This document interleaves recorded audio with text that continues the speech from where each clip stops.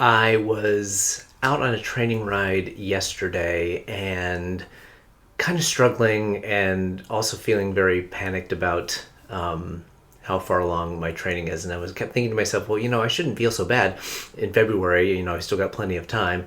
And then I looked at the calendar this morning and realized maybe I should feel so bad because it's not February, it's actually March. And where did the last month go? How are you all doing on your New Year's resolutions slash intentions? I'm actually doing okay. We can talk a little bit about that once we get started. So I'll see you on the other side.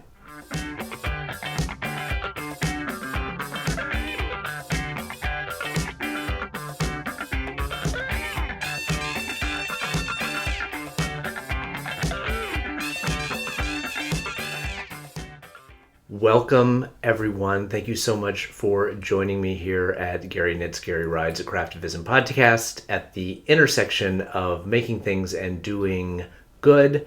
My name is Gary. You can find me on Instagram at Gary Knits, Gary Rides. You can find me at Ravelry as Gary Knits and Rides.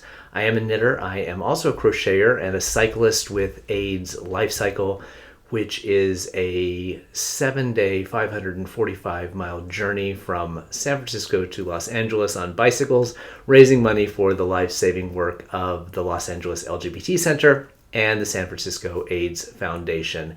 This is my 5th year doing the ride and feeling every mile of it right now after my training ride yesterday. But as part of my fundraising for the past year, I have been doing a series of Knitalongs and Crochetalongs called the End AIDS Knitalongs and Crochetalongs. I also run an occasional fiber auction on Instagram called D-Stash for Good. So you can find that under the D-Stash for Good Instagram account. How is everyone? Thank you again for joining me. If this is your first time visiting my little corner of YouTube, thank you so much for joining me. If you are a return viewer, I really appreciate you taking time out of your day every couple of weeks to spend a little time and see what I'm working on and talk about some ideas in the fiber arts community where we can also do some good. So it's been, as usual, a busy couple of weeks. Actually was traveling. I mentioned it on the last episode that I had some travel coming up. So my husband and I just got back from a week with friends in Merida, Mexico, which is the capital of the Yucatan state in the Yucatan Peninsula in the south part of Mexico, near Cancun, near the Mayan Riviera, but we were inland in Merida, which is the capital city. It was very hot. It was 95 to 100 degrees every single day we were down there. This is the cool season. There are a ton of American expats that live in Merida. I don't know how they do it.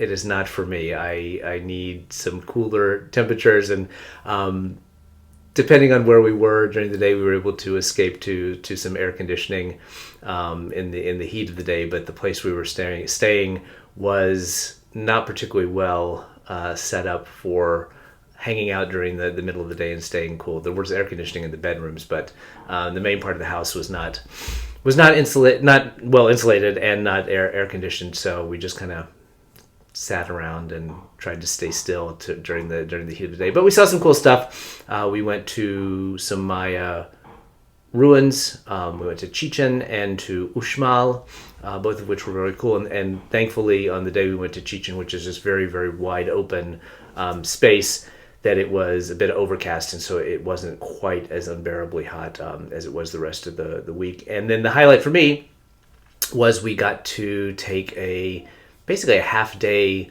cooking class with a chef there in Merida who runs a cooking school. He's also written a couple of cookbooks on the regional cuisine of both Yucatan and across Mexico. So we got to spend a day cooking with him in his very well air-conditioned house, and that was fantastic. The food was excellent, and across Yucatan, almost every meal we had was very very good. Not super spicy, even though they use habanero peppers in most of their cooking.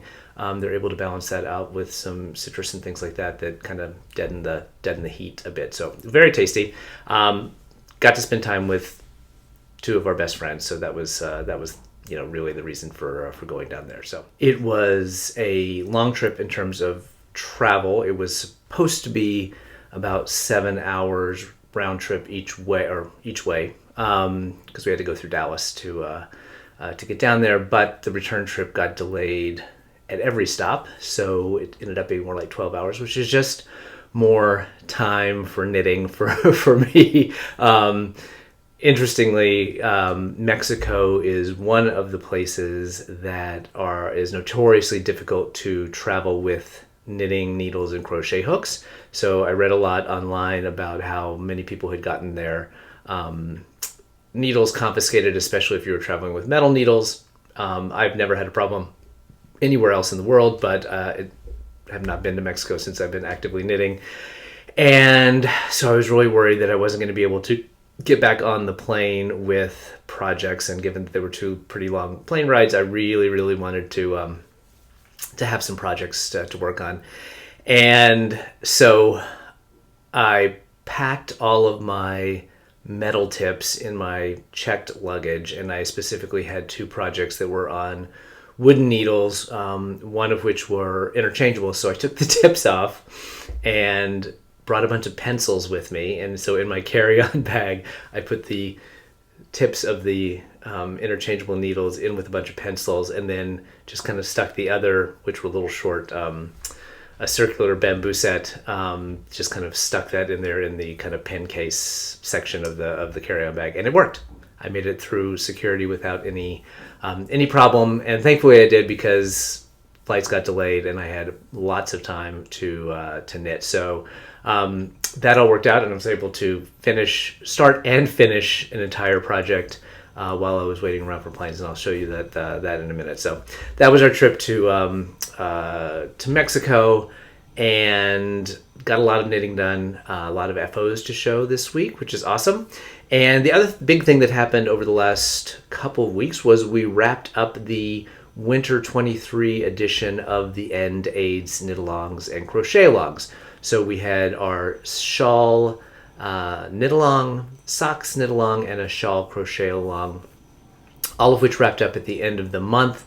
If you tuned into a recent live I did on Instagram, I did the final giveaway announcements for all of the winners in the giveaways. So I think I just took them to the post office today. So I think there were seven prizes that were given away in the final rounds. So some FO prizes, some whip prizes, and then a grand prize winner. So I saved that over on Instagram. If you go over, you can see who won all the goodies. But I had a really great time with all three of the projects. I hope everyone who participated did. And I just really wanted to say thank you so much to all of the participants who worked on the projects, who showed their progress on Instagram by posting pictures, and in our Ravelry group.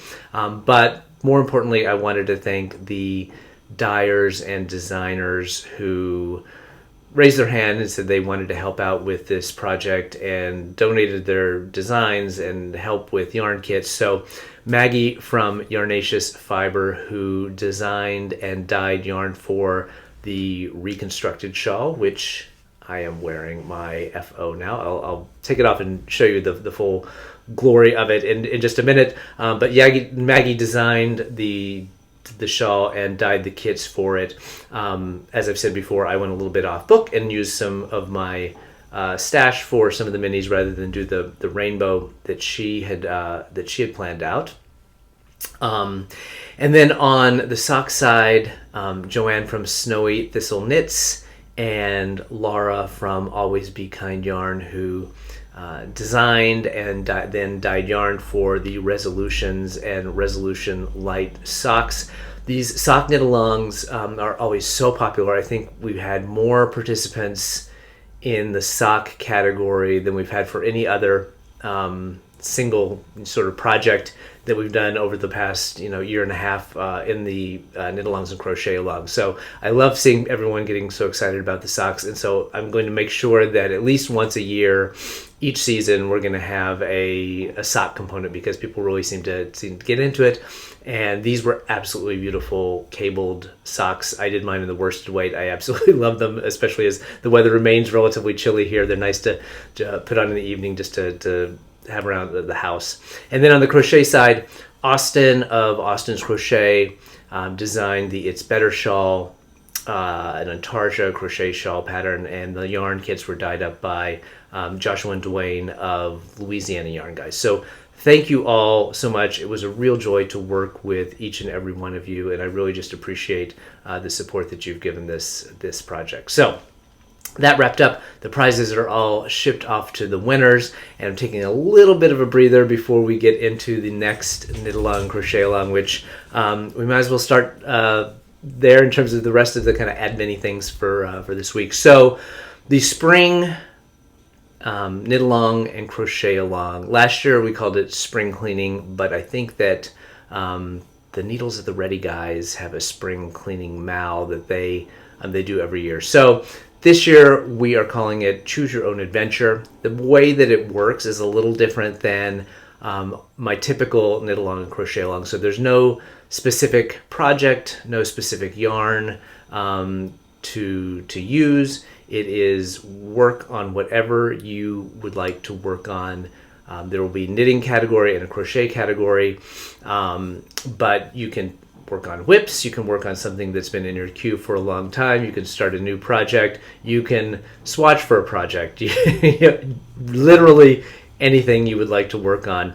There are tickets for purchase on my coffee page, and there will be a link below to everything that I mention in this episode in the show notes below. So there will be a link down there to the coffee page where you can buy a golden ticket for $10 or more if you'd like to donate more. It's 100% donated to my AIDS Lifecycle fundraising, and that is your entry ticket into the Knitalong and the Crochetalong, which gets you eligible for the prizes. So you can work on whatever you would like to work on. Just tag those photos with the hashtags for the spring Knitalong and Crochetalong, or post pictures in our Ravelry group, and those will be your entries into the giveaways. Every photo is an entry, so the more photos you post with the tag, the more entries you have into the giveaways. And just as a little bit of an incentive to buy the ticket and join in the fun, instead of the normal 5 rounds of giveaways for my Knitalongs and Crochetalongs, which is what I typically do over the 2 months that we do them, this one is going to have weekly giveaways. So every Saturday for the run of the Knitalong and Crochetalong, I will be doing a drawing, one in the knitting category, one in the crochet category, for prizes. I've got a lot of yarn to give away, lots of other goodies that I've picked up over the past few months in the booty stash to give away as prizes. So tag those photos, get them posted. The Knitalong and Crochetalong is going to be a little bit shorter than our typical one. I'm going to just run it for 45 days. So it will kick off on the 15th of March and run through the end of April. So that gives me a couple weeks now just to kind of rest up between events, and then gives me the entire month of May to launch and run the Pride Knitalong and Crochetalong, which will kick off June 1st and run while I'm doing the AIDS Lifecycle, which is always that early part of June. So, and then it'll run through the end of July. So whatever you're working on is fair game. Someone asked on Instagram if machine knitting counts. Absolutely.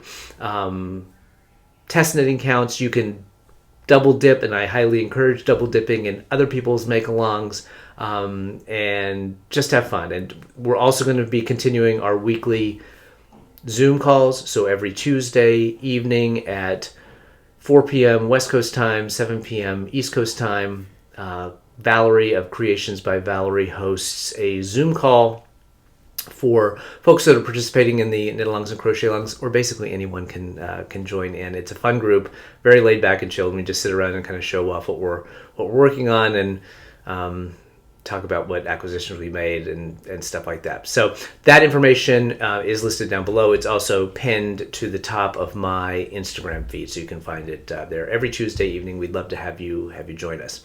So that is Knitalong and Crochetalong admin. On the D-Stash side, I am planning to do a little experimental mini D-Stash starting on the 22nd, I think, don't hold me to it, of March, and running for a week.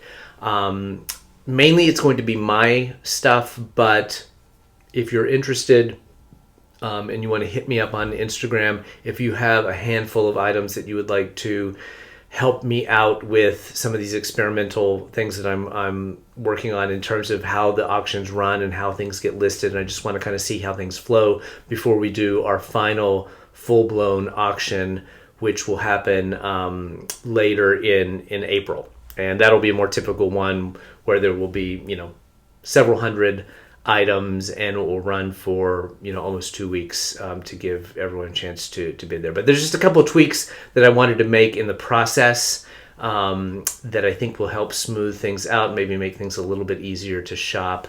And so we're going to play around with that a little bit in this mini auction. So go over to the D-Stash for Good Instagram account if you're not already following, and follow that. And in the next, I guess it's not quite 2 weeks, we'll have a little mini auction, probably about 100 skeins of yarn up for auction. Again, all the money will go for my AIDS Lifecycle fundraising. And that is it on the admin side. So in terms of the knitting, I've already mentioned what I am wearing. This is the reconstructed shawl by Maggie of Yarnaceous Fibers. Let me see if I can gracefully take this off without knocking 100 things off the table. So it is a asymmetrical triangular shawl, and the asymmetry in it comes right at the very end. Let me see if I can get this up. And it's very quirky, but I kind of got into it. It's just this little tail. Can I see it there? There you go. It just at the bottom point of the triangle just juts off a little bit to one edge and kind of creates this little curly Q thing at the end.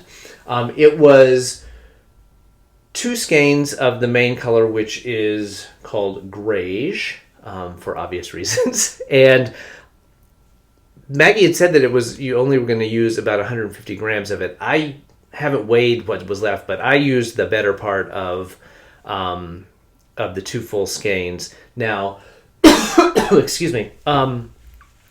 I did have tension issues throughout this shawl, particularly in these first 2 sections. They blocked out pretty well. The first section, still looks a little tight there, but I think I was able to stretch it out so it doesn't pucker too much along the edges. And then there were 6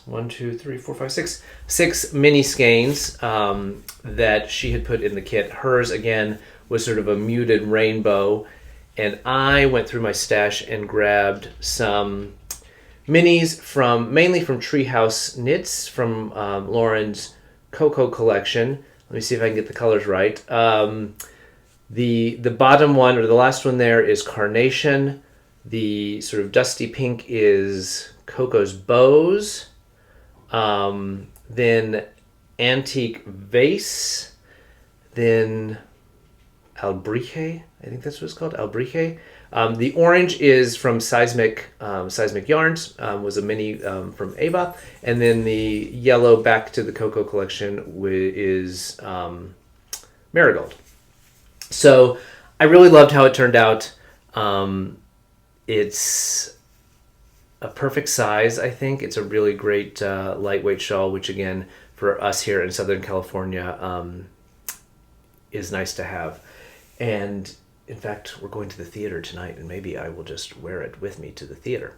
So I loved how this turned out. Very excited to try all these little slip stitch motif patterns, even though, as you can see here in the second section, I did mess them up somewhat, but we just kind of kept on trucking with the few mistakes that are in there. So thank you, Maggie, for such a gorgeous design.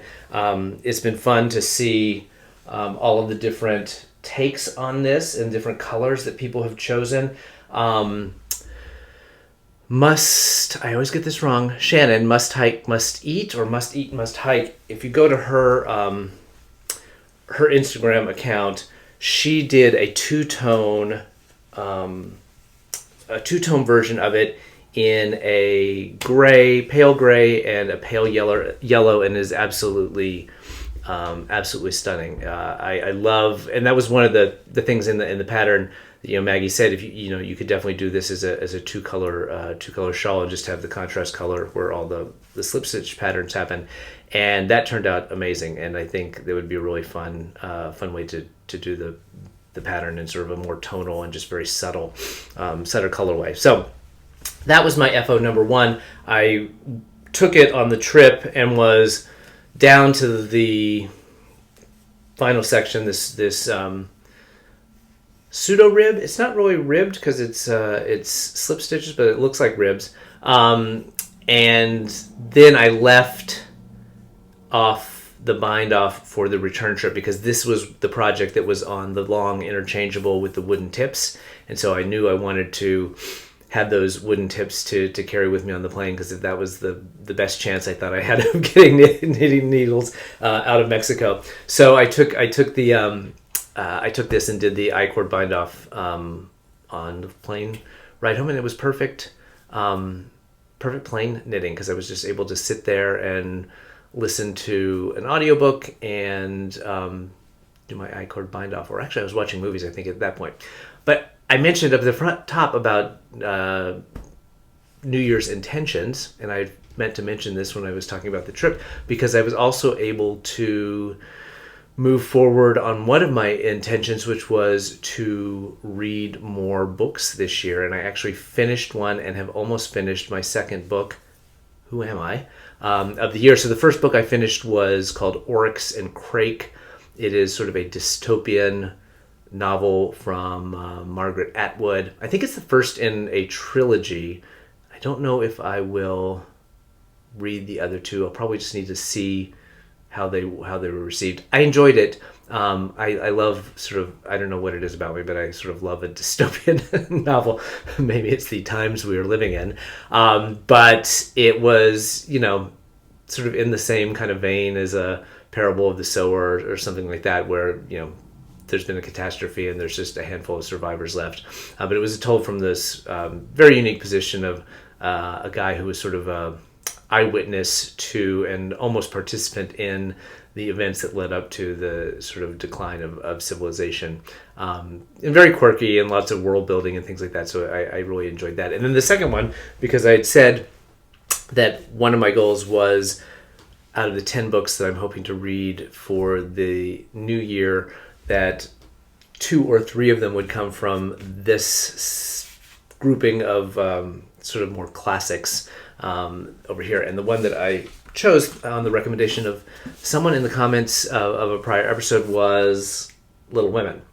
And I'd never read, I don't know, obviously, but I didn't want to reread things. I wanted to new things that I read. So I never read the book. I had seen the most recent film adaptation, which I really liked. So I was sort of familiar with the characters, although the action in the book is a bit different than the film. And now I kind of want to go back and reread the film. I'm down to, I only have like 30 pages left. I've enjoyed it. It's, I think the strongest parts of the book are in the beginning, when all of the girls are all at home together. And I think once they kind of grow up and go their separate ways, it sort of lost interest for me a little bit. But it's just an interesting sort of slice of life of what was sort of a middle class, I guess, family in the kind of Civil War and post-Civil War America.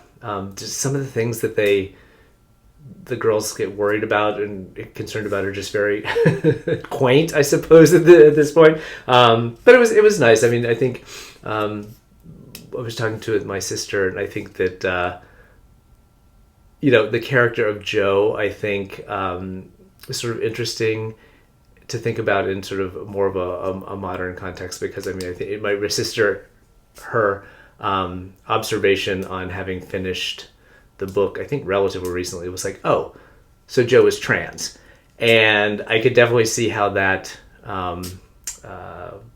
reading could could be taken in sort of a more modern context. But it's like, if you know the book, she's constantly sort of referring to herself as a man or a boy, and over and over and over again, to the point that it's more than just sort of a kind of a quirky turn of phrase, I think. So anyway, I enjoyed it.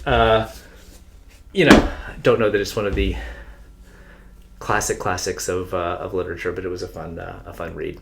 So now I have to figure out what I'm going to read next, and maybe after 2 fiction, maybe I'll try something nonfiction. I did just get a new book that seems kind of interesting to me. So, bit of a sidetrack on my reading intentions for the year. Back to FOs. The other project that I finished. Oh, I need to change my 2 sheeps calendar to March. The other project that I finished while I was on the plane out to Mexico were my 2 at a time magic loop socks, first ever done. I'm very happy with the way that they turned out. This is in Knit Picks Felici.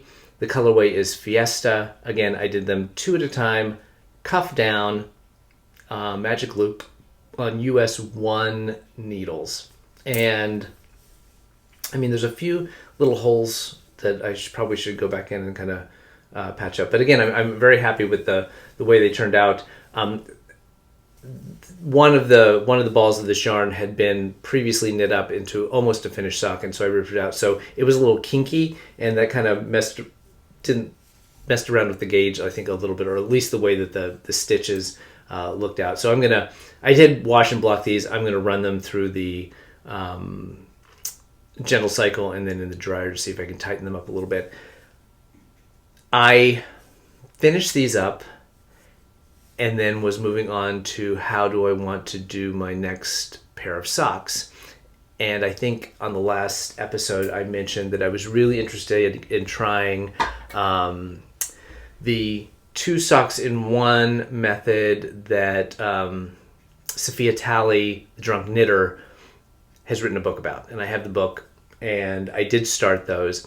Also on US 1 needles. I mean, I can go ahead and show them, even though I have one more FO to talk about. But this is living in my Lila Styles Broadway yarn cozy, which I love. And it is a yarnaceous yarn that I'm going to forget the name of. But it's this really pretty gray and green variegated, and there's a mini that goes with it for the heels and the toes that's a kind of a pale purple.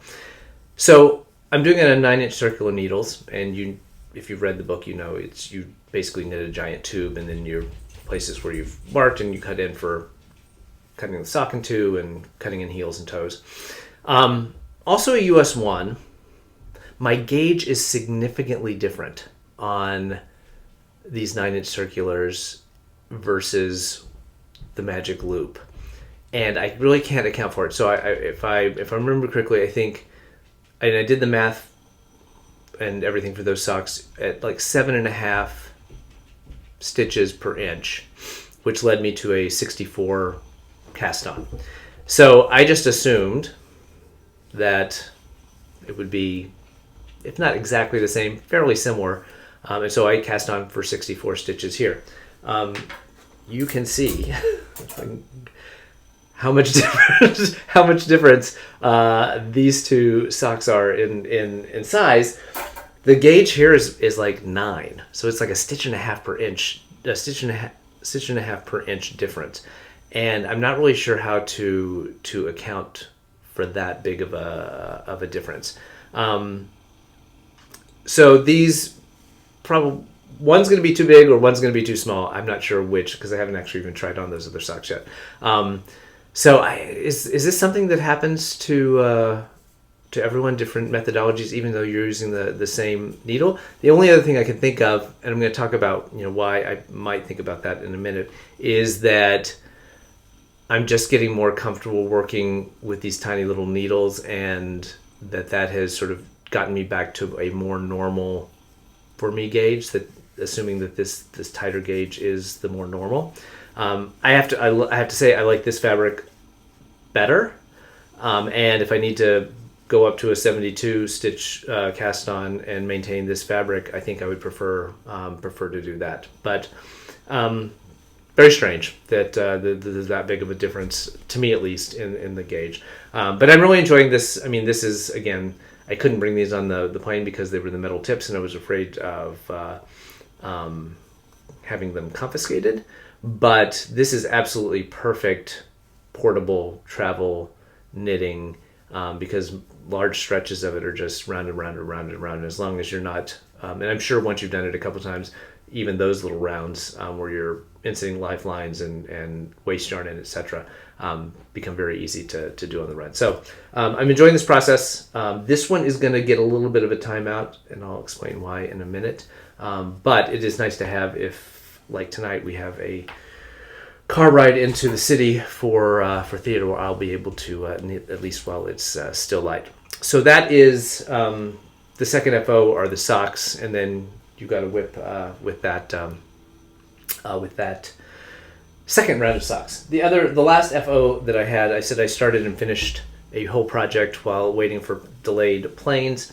I did, and again, this is another knitting intention for the year, was to make 10 items for Knit the Rainbow. And so this is the first one.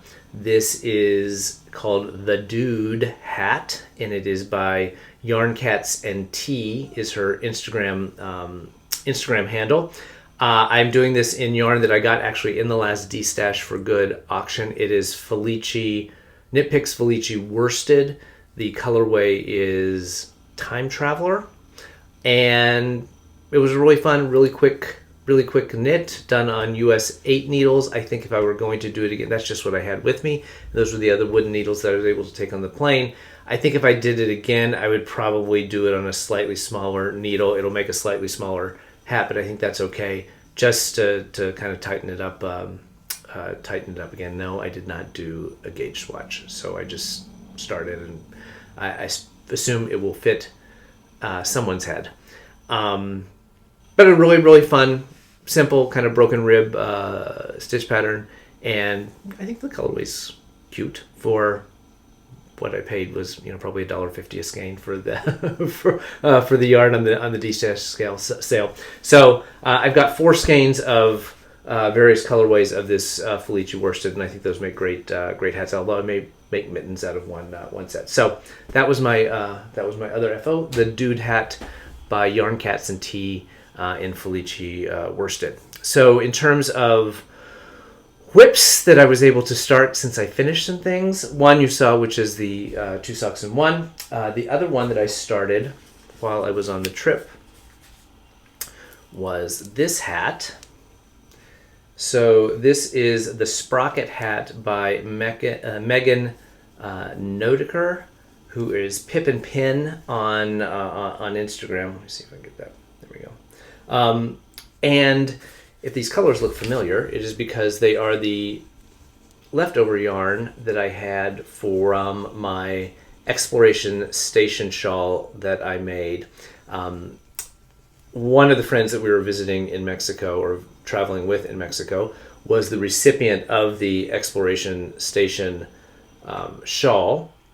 And since I had this extra yarn in those colorways, and he wears a lot of hats, I decided to make him a hat to go along with his shawl. So he will have to have it sent to him. But I'm all the way through to repeating the gray color. I think I probably have another 3 inches to go. It's a very fun pattern. Lots of round and round and round, but then occasionally some little slip stitches to create this sort of sprocket pattern. So hopefully I'll get this finished up in the next week or so I can get that in the mail to him, and then concentrate on what I need to be concentrating on for the Choose Your Own Adventure Knitalongs and Crochetalongs, which are the other thing that I've been working on a little bit, but this will be the main focus, for me for the next couple months.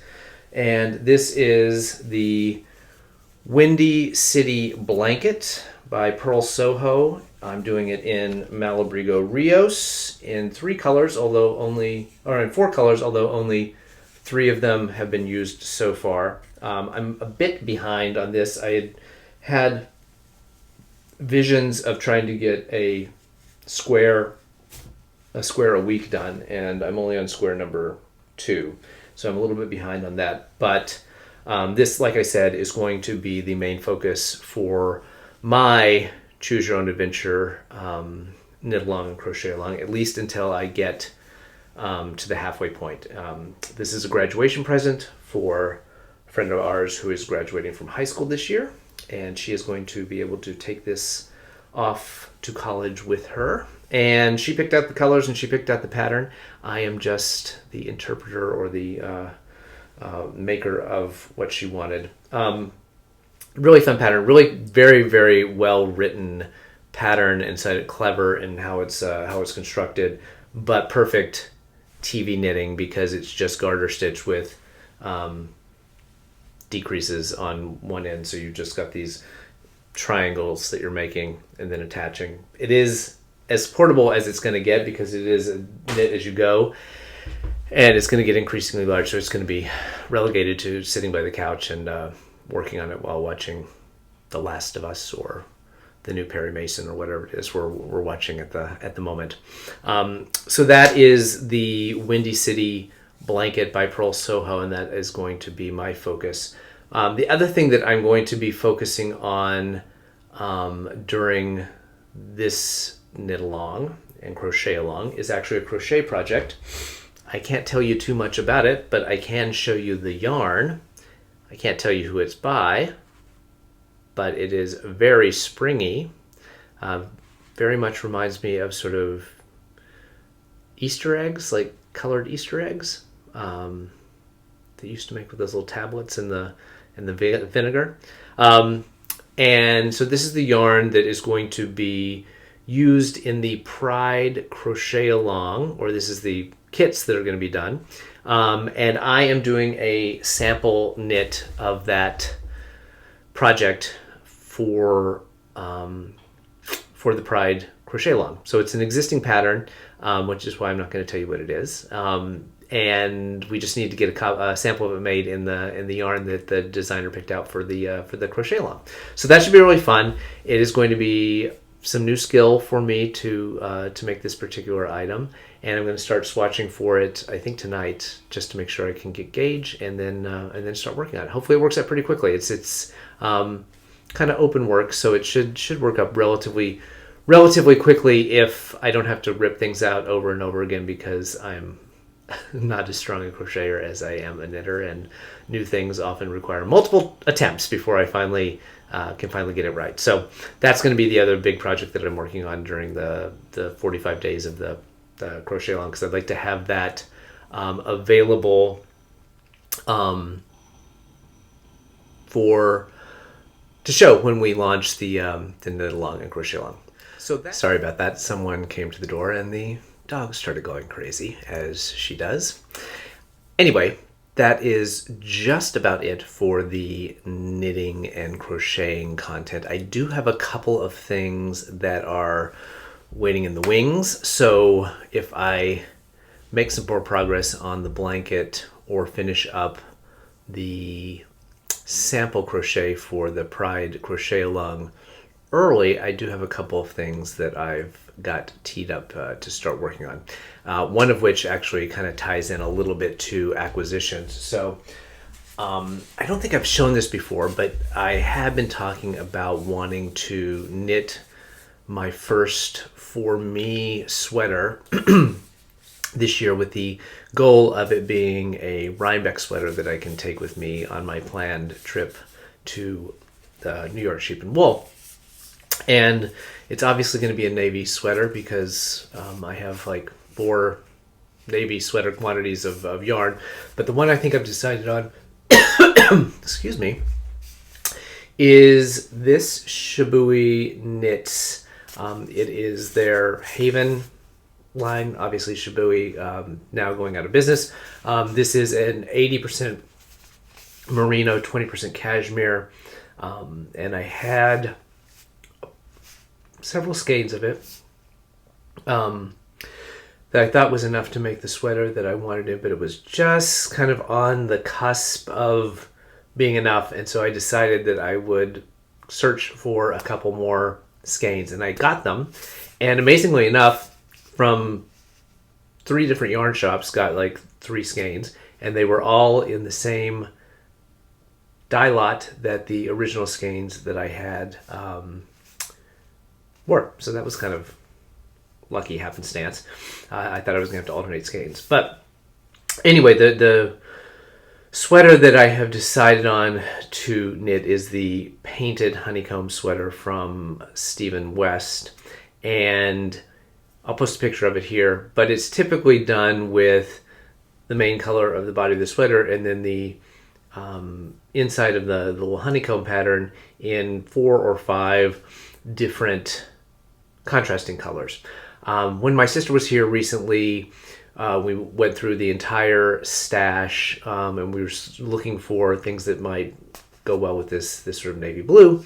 And we came up with a bunch of different ones, but then I just decided, why not do just one contrasting color, because I have so many of these like super variegated, really poppy colorways from different dyers, and why not just pick one of those and just do the same color contrast using the same yarn, but because it's such high contrast variegation in the yarn that it's going to look, you know, like a bunch of different colors. So the one that we settled on is from Fully Spun, and it is this orange and yellow and pink, and you can see in there's some of this blue in the white section speckled in there, and pinks and reds, so just every color basically. And I have a couple skeins of this, so I think that is going to be what the contrast color in my painted honeycomb sweater is going to be. So I doubt I will start this before the ride is finished, but I may do some swatching if I finish up one of those projects in the Choose Your Own Adventure Make-Along, Knitalong. The other thing that I have in the wings is just a shawl for me, but it's not, I don't have the yarn here for me. So if again, it's one from the Treehouse Knits Stranger Things collection. In the tweed color, it's also navy. I don't have a navy shawl, so that'll be the other thing that I probably start if I finish up these projects, and then I have to do some more knitting hats for Knit the Rainbow, etc. So I think that was it on the knitting content. I said that extra skeins of Shibui is one of the acquisitions that I got this week. I did not buy any yarn in Mexico, although we did find yarn. My friend who I'm making the hat for is also a knitter, and he was working on a hat and had forgotten his double pointed needles to do the crown decreases. And so one day we were out, I found the local equivalent of Joann's. It was really mainly a fabric store, but they did have a tucked away in a corner kind of a needlecrafts section. Not much in the way of yarn. Most of it was either acrylic or cotton and acrylic. I don't know that there was any actual wool there, but it was also a gazillion degrees, so I don't know why you would want any heavy wool.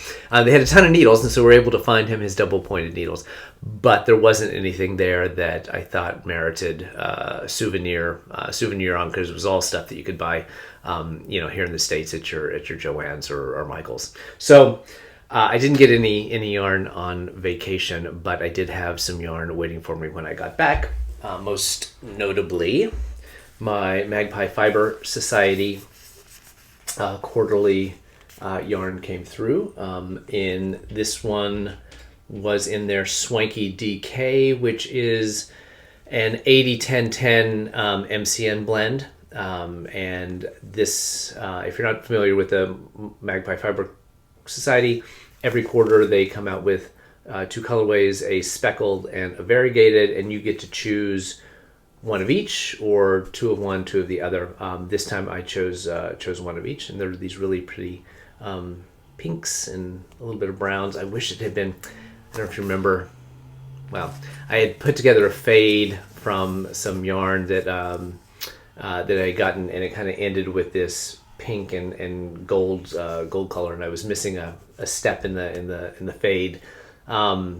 But it's in fingering, and I've decided to destash that yarn anyway. So, but these are beautiful, and they will go in the they go in the stash. And then just today, something I had forgotten about, but arrived on my doorstep, and I'm very happy that it did. And this is the Lola Bean Yarn Company Black Label, and these are typically inspired by music. This one is called Montero, Call Me By Your Name, and it's inspired by the Little Nas X song of the same of the same name.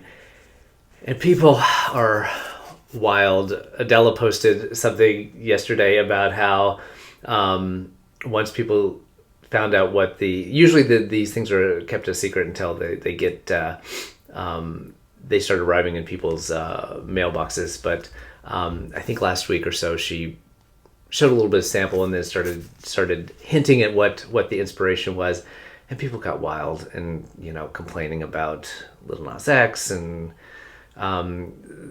him being satanic, which is just insanity. But I think it's beautiful. I think this will make a very fun hat. I got it in sport weight, which may be the only weight you can get it in. But she always does such a great job with these sort of music inspiration colorways. So this is the Montero Call Me By Your Name colorway. And the other thing that came, which is actually also a pseudo whip while I was away, was the Hello Spring countdown kit from Laura at Always Be Kind Yarn. And what it is a skein split into two of self-striping yarn that's meant to be a countdown to spring. It was supposed to start on March 1st, and then every day you take your little bags of yarn, and you can see there's a little tail to the yarn in there, and you knit a stripe a day, counting down until the beginning of spring. It all started by the time I got back, and I had hopes of playing catch up and getting caught up and then starting to do it in time, but that's just not going to happen. So I am going to try to keep going on these and see. I've seen some of the spoilers, and it doesn't bother me for it to be spoiled at all. But I'm going to try to get a little bit caught up. There were also in the thing a little tin with a bunch of little cute stitch markers. And then she also put in 2 minis for heels, toes, and cuffs if you want them. I am actually using her diamond heel pattern, which incorporates the stripes so you don't lose the self-striping on the heel. So I'm just doing mine with toes and cuffs. And I thought about doing two at a time on 2 circulars, but I don't have 2 small circulars in a US 1, which is the size I would want to do them on. And I'm trying to keep experimenting with different sock methodologies to find out which one I like the best. So one that I wanted to try and I haven't done yet is to do 2 at a time toe up. This looks like maybe the world's smallest bikini right now, but I've started them. So the minis I got were this sort of pinky lavender and then this bright Kelly green, which I love the 2 together. And so I decided to do the toes in the pink, and I will do the cuffs in the green. And this is on a US 1, obviously magic loop. And I mentioned before that I had another reference in terms of the gauge on my US 1 socks. And these, although there's not much to gauge it on yet, but from what I can see on these, the first part of these toes, it's much closer to the gauge that I was getting on the 9-inch circulars than on the first round of magic loops. So that is what's making me think that it's something about me just kind of getting a little more comfortable with the process of knitting on these tiny needles and these tiny yarn in the magic, in whatever method I'm using. And so that my gauge has sort of maybe settled a little bit on this tighter gauge, which I'm not mad about. But at the same time, if that's the case, I need to up my circumference from probably 64 to 72 stitches. But I'll see once I get a little further along in this. I'm aiming to get to 64 on these, but I think I'll try to take a look at the gauge when I get a few more stitches, more increases done on these, and reevaluate what I'm doing. So this was Judy's Magic cast on, which I have done before for like some toys. It's not very tidy. It's a bit of a Frankenstein mess. I hope I can get it better over time and doing it more, but it was a little wonky getting started. But anyway, I'm gonna try to get a little work on this here and there. But as I said, that blanket is now priority number 1. But I'm really excited to see. I think it's such a fun. I know a bunch of people did these sort of sock countdowns over the holidays, and I just think it's a really fun idea to try to do like a stripe a day and have the surprise of what the next color is going to be. So that's from Always Be Kind Yarn, and I think she said she's gonna have it sold out, I think, quickly, and she's putting a few more up in her shop, and then I think she said she was going to do a similar project for summer. So if you like self-striping sock yarn and surprises, go check out Laura at Always Be Kind Yarn. She's a lovely human being on top of being a fabulous dyer. So so that is it in terms of acquisitions and yarn and knitting. I did want to hit on a few Craftivism ideas that have come my way over the last couple of weeks. The first one I've mentioned before, and that is Knit for Food, which is the 12-hour knitting marathon that happens on, I believe, March 26th. My friend Valerie, who is the host of our weekly Zoom calls for the Knitalongs and Crochetalongs, she's Creations by Valerie on Instagram. She is participating. I will put the link to her fundraising link down below. The fundraising from Knit for Food for the 12 hours that everyone will be knitting and raising money goes to several different food-related charities. I think World Central Kitchen's one of them. I can't remember all the others, but they are listed down below. So if you can help out Valerie in her quest to raise some money for Knit for Food, that would be fantastic. The other one that I just came across the last few days is called, the Instagram account is knit_for_peace_SLC, so Salt Lake City. So Knit for Peace SLC, and it is a social worker in Salt Lake City who I believe is organizing this, and she has decided to try to help out a program called Adopt a Native Elders annual Christmas stocking program. And what they are trying to do for this, to help this program, is to knit 1,000 hats that then will be distributed to kids K through 4 living and going to school on Navajo reservations. And so this is, I guess, an annual program that this organization, Adopt a Native Elder, put together, where they put together Christmas stockings with goodies and clothes and things for children living on the reservations, and then they cap it off with a handmade knit hat or beanie. And so Knit for Peace Salt Lake City is trying to do 1,000 of these hats to get distributed through this program. Obviously, it's later in the year, so we've got a long runway to get those done. They can be any pattern or any color. All she asks is no pom-poms, just because it makes it difficult to clean, and if some kids get pom-poms and some kids don't, there can be some hurt feelings that way. So any color, any pattern, and probably in an adult sort of small to medium, because by the time you get to 4th grade, your head is almost as big as it's going to get. Anyway, so those are, I think, going to be collected through September 15th. So again, link down below go check out Knit for Peace Salt Lake City for all the details on how you will get those to her and any other requirements that she has for the hats. The third thing that I wanted to mention is the Baltimore Abortion Funds. They are on Instagram at Baltimore Fund, and they are in the middle of their fundathon, which runs all through the month of March, so March 1st through the beginning of April. They are trying to raise $75,000. I think this is part of a larger fundraising that goes on during the month that a lot of the abortion funds around the country are participating in. And basically they are raising money to help to make abortions affordable for folks living in Maryland or folks traveling to Maryland for reproductive health care.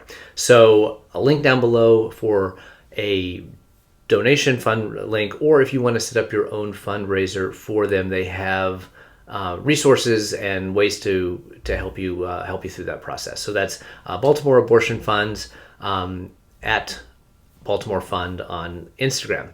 And last but not least is Beyond Yarn, who I've mentioned before is a yarn store in Union, New Jersey, and they are just starting to ramp up a series of fundraisers for the Children's Specialized Hospital. So it is a hospital that I'm sure, among other things, but one of the things that they focus on is helping children with autism and their families.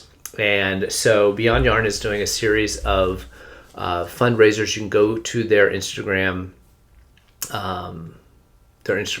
page. It's Beyond Yarn Union, I believe, is their handle. Again, the link will be down below.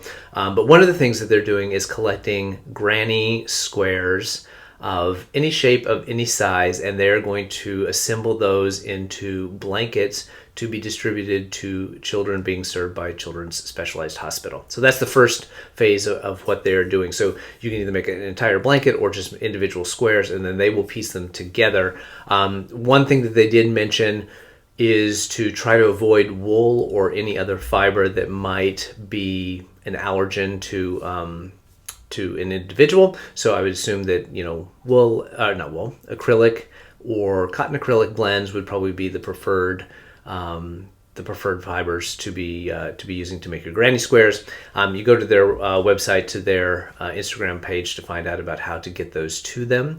Then there will be other events coming up in the near future. I know they're going to be in April. They're going to be doing a raffle. They're putting together prize baskets from yarn vendors and dyers and suppliers of needles and things like that. So those, I think, are going to go on sale at the end of April. And then they're also going to be doing a fashion show and an Instagram fundraiser for Children's Specialized Hospital. So go check out Beyond Yarn and see all the things that they're doing to sort of help that charity in their community. And I think that is about it for this episode. Again, thank you so much for taking some time out of your day to find out what I'm working on, to find out some ways that we can combine our love of these crafts and doing some good in our communities. If you've enjoyed this content, please do all of the YouTube things, like, subscribe, hit the little bell so you know when I post new videos, and please share with a friend. It really helps up. We're almost up to 700 subscribers, which is fantastic, with only 15 episodes, I think, done. So I'm hoping that, in the first year we could get up to 1,000. That would be fantastic. Again, I really appreciate you taking the time to spend it with me, and I will see you again in 2 weeks. Take care. Bye.